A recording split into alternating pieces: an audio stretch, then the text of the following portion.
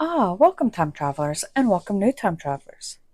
As always, if you're new to this channel and enjoy learning about history, one event at a time, then don't forget to hit that like button, comment, and subscribe. Without further ado, let's get into it. Today we're going to start out in 1016, when upon the death of King Ethelred II of England, his son claimed the throne as Edmund II. 1635 is when the Boston Grammar School, later known as the Boston Latin School, open to all boys regardless of social class, was founded as the first public school in what would become the United States. It set a precedent for tax-supported public education. 1791 brought us James Buchanan, the 15th U.S. President, was born near Martinsburg, Pennsylvania.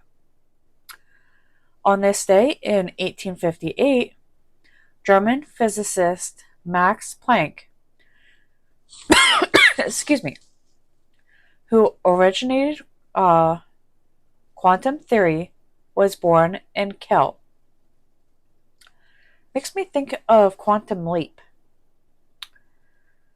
Moving on to 1906, when Russian Tsar Nicholas II proclaimed the fundamental laws, which marked the end of unlimited autocracy, but fell short of the reforms promised in the October Manifesto. 8 years later, in 1914, Wrigley Field, then known as Wingman Park, hosted its first Major League Baseball game. The stadium later became the home of the Chicago Cubs. Moving on to 1913, when the American classic film The Public Enemy was released in theaters, and James Kagan's landmark performance as the gangster made him a star. 5 years later, in 1936, when American singer-songwriter Roy Orbison, known for his soaring voice and for his careful craft ballads of loneliness and heartache, was born in Vernon, Texas.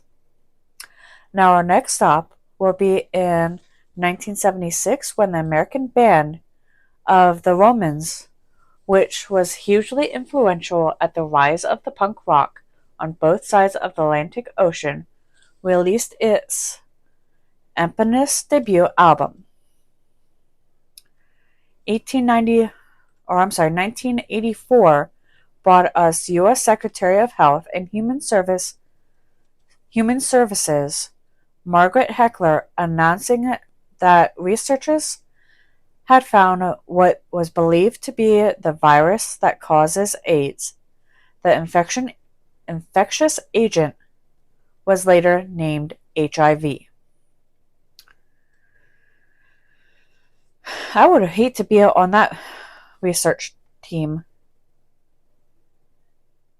to be known as the first people to believe they have found the virus. Anyway, off topic. The following year, in 1985, the Coca-Cola Company introduced New Coke, a reformulated soft drink meant to replace its flagship beverage due to the public outrage. However, the previous version of Coke was brought back as Coca-Cola Classic less than 3 months later. 5 years later, in 1990, when Sudan's military junta announced a planned coup against the government of Lieutenant General Omar al-Bashir,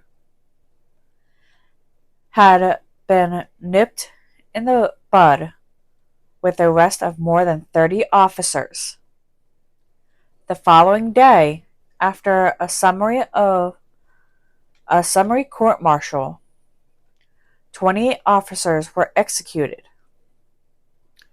Bashir had seized power in June of 1989 by overthrowing the civilian government of Prime Minister Sadat al-Massoud.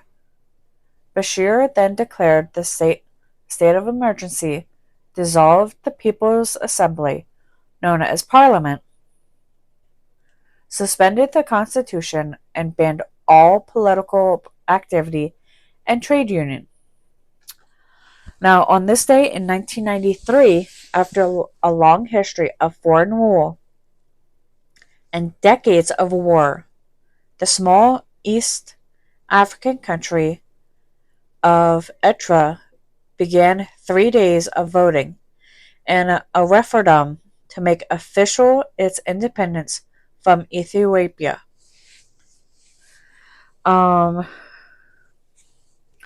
1998 brought us James Earl Ray, convicted assassin of Martin Luther King Jr., died in prison at the age of 70. Now, in 2004, an outbreak of violence among Muslim population in southern Thailand. Some 50 buildings, including more than a dozen schools, were set on fire and 2 people were killed. Now, the following year, the first video was of YouTube co-founder Jawed Karim's visit to San Diego Zoo was uploaded on the YouTube website. Approximately 1 year later, the site had some 1 million videos. Dang. And about a year, YouTube blew up. But then again, look at where we're at now. You guys are watching this on YouTube. And finally, in 2007, Russian politician Boris Yeltsin, who became, in 1991, the first popularly elected leader in his country's history, and guided Russia through a stormy decade of political and economic retrenching until his resignation on the eve of 2000, passed away at the age of 76. And with that, we return to 2024 and our current history. Until next time.